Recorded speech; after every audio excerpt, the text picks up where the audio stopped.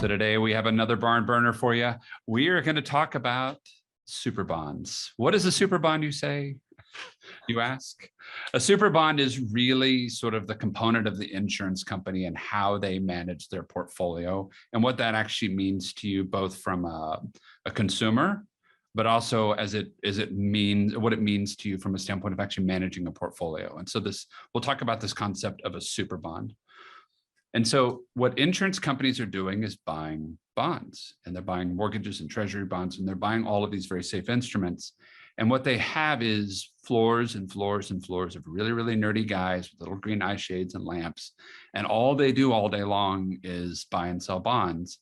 And the cool thing about that and what that means to you is because they're not trading $500 to go buy a bond or a bond fund, they're not trading $100,000 to go buy some bonds, they're moving millions and billions of dollars around to go buy bonds, is they have access to interest rate environments and tools and bonds that you and I just don't have access to, because they've got volume pricing, they can move things around. And so they have the ability to get and to manage at a much more granular level than any of us could do individually, massive amounts of bond flow, and to be able to build that into not only their portfolio as a company, but into your policy, and you get the direct impact of that.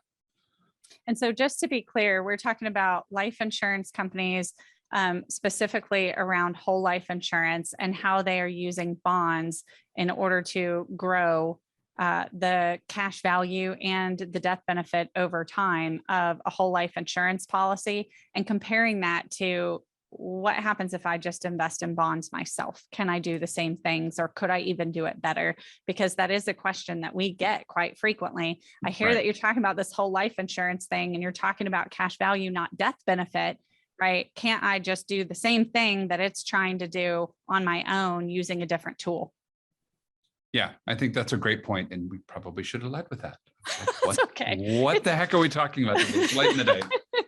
It's been a day, right? It's been a day. You know, I always think when we're doing these, I'm like, do we have credibility? And it's moments like these that I am beginning to wonder. But I also think knowing that we're human probably makes these podcasts just a little bit more entertaining than if we were super dry and going through it on rote. So I feel like that's a plus in our corner. It's my favorite Zig Ziglar quote, right? I'm a cross-eyed discus thrower. I don't set any records, but the crowd sure alert. So sure alert, right? Yeah, I love that. So just to kind of add in here, I think one of the places that you see a huge difference between a bond portfolio and a whole life insurance policy is that if you are investing at an individual level in bonds, you have a lot of interest rate risk, especially in a low interest rate environment where interest rates are beginning to rise. And I'm just going to do some kind of basic math, and I'm going to over exaggerate this, but I want to do it for concept, especially when there's nothing to look at.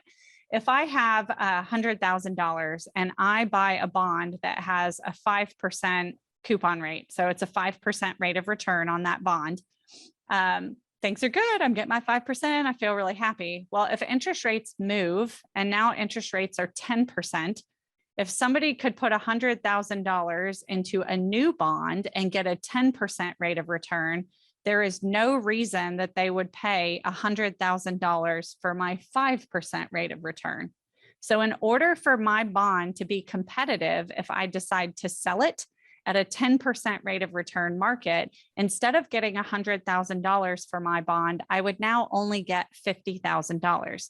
So the interest rates went up and the value of my cash investment into the bond went down if I need liquidity, right? Because no one's going to pay full price for something that will give them half the return if they could put that money somewhere else. And so what happens in a rising interest rate environment is that if you've bought bonds while interest rates are low and now interest rates are higher, in order for you to move into bonds paying the higher interest rate, you have to liquidate your current bond.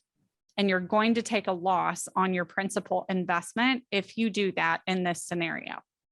So when you think about what that means in an environment like today, if you're trying to use bonds for stability in a portfolio, you have to understand that you're actually accepting interest rate risk into your portfolio. So if I look at how that's different in an insurance company, it's not that they don't have any interest rate risk, it's that they have much, much less for a couple of reasons. One, they have the ability to structure their bond portfolio differently than you and I do. So they can either buy a bond with the intent of holding it to maturity, right? Because that's when they know they're going to have to pay a death claim.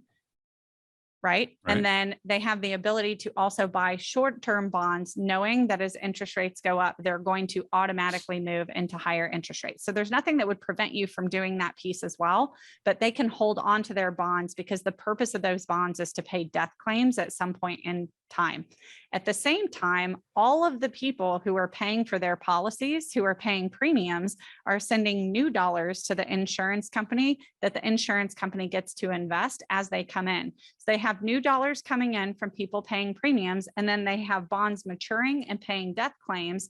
But those new dollars coming in are being invested at current interest rate environments. So especially as the interest rates start creeping up, you're going to see returns kind of mimicking that over time in the insurance company's investments from their bond portfolio.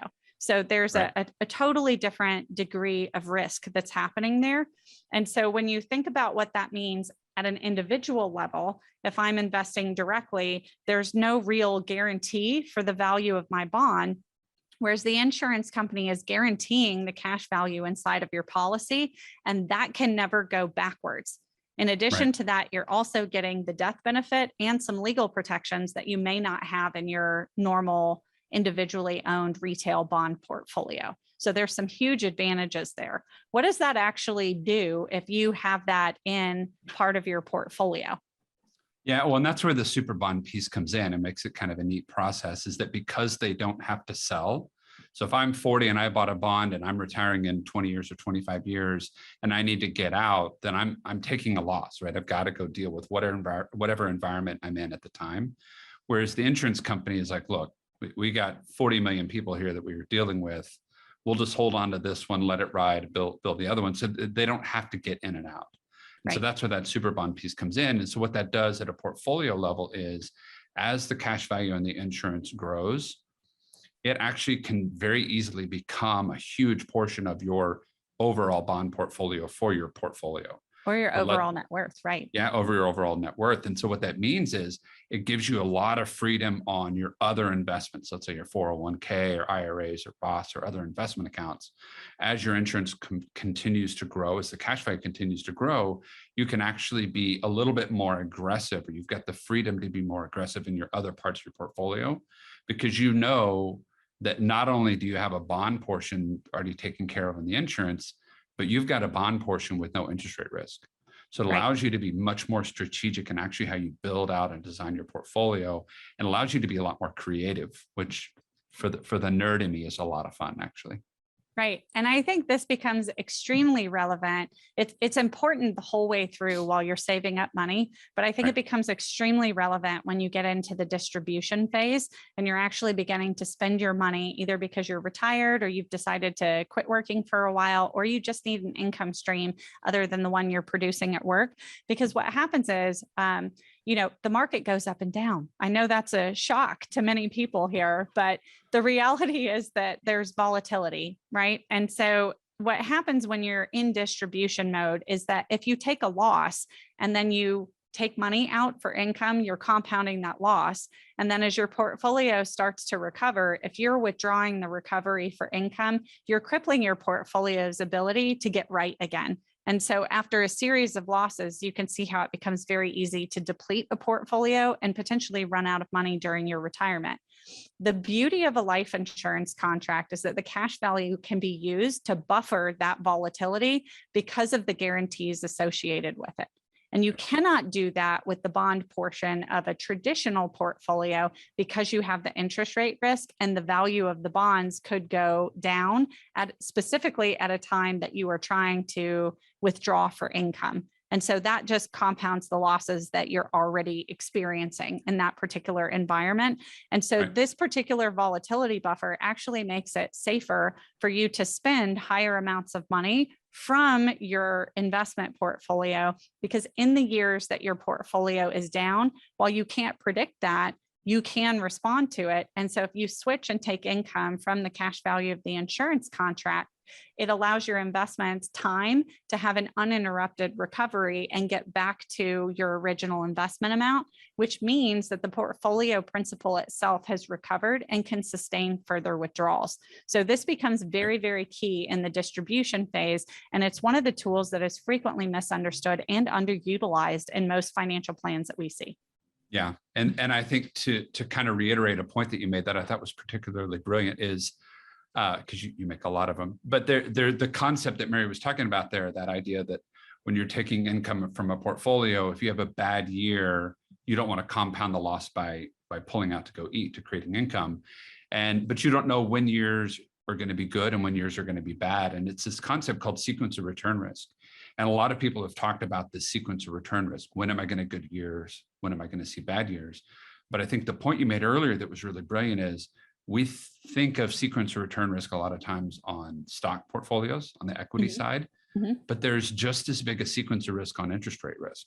Absolutely. Like the interest rate market could be great, the interest rate environment could be bad, and you've got that, and you don't know, you could have a confluence where you have a bad interest rate environment and a bad equity environment all in the same time. Right. And so where that insurance piece comes in, that super bond piece is really that ability to eliminate interest rate risk from that portion of your portfolio. Right. Absolutely key to taking higher income rates and making sure that they're sustainable over your retirement. So definitely something worth thinking about. If you have questions about how this should be integrated or in what ratios, how do you know if you've got the right structure, if it's the right type of insurance, all of that, please feel free to reach out to us. You can find me at The Wealth Woman on Facebook or Instagram, and you can find me on LinkedIn as well. Where can I find you? Eric Alexander on LinkedIn, and I'm Economics with Eric on Facebook and Instagram.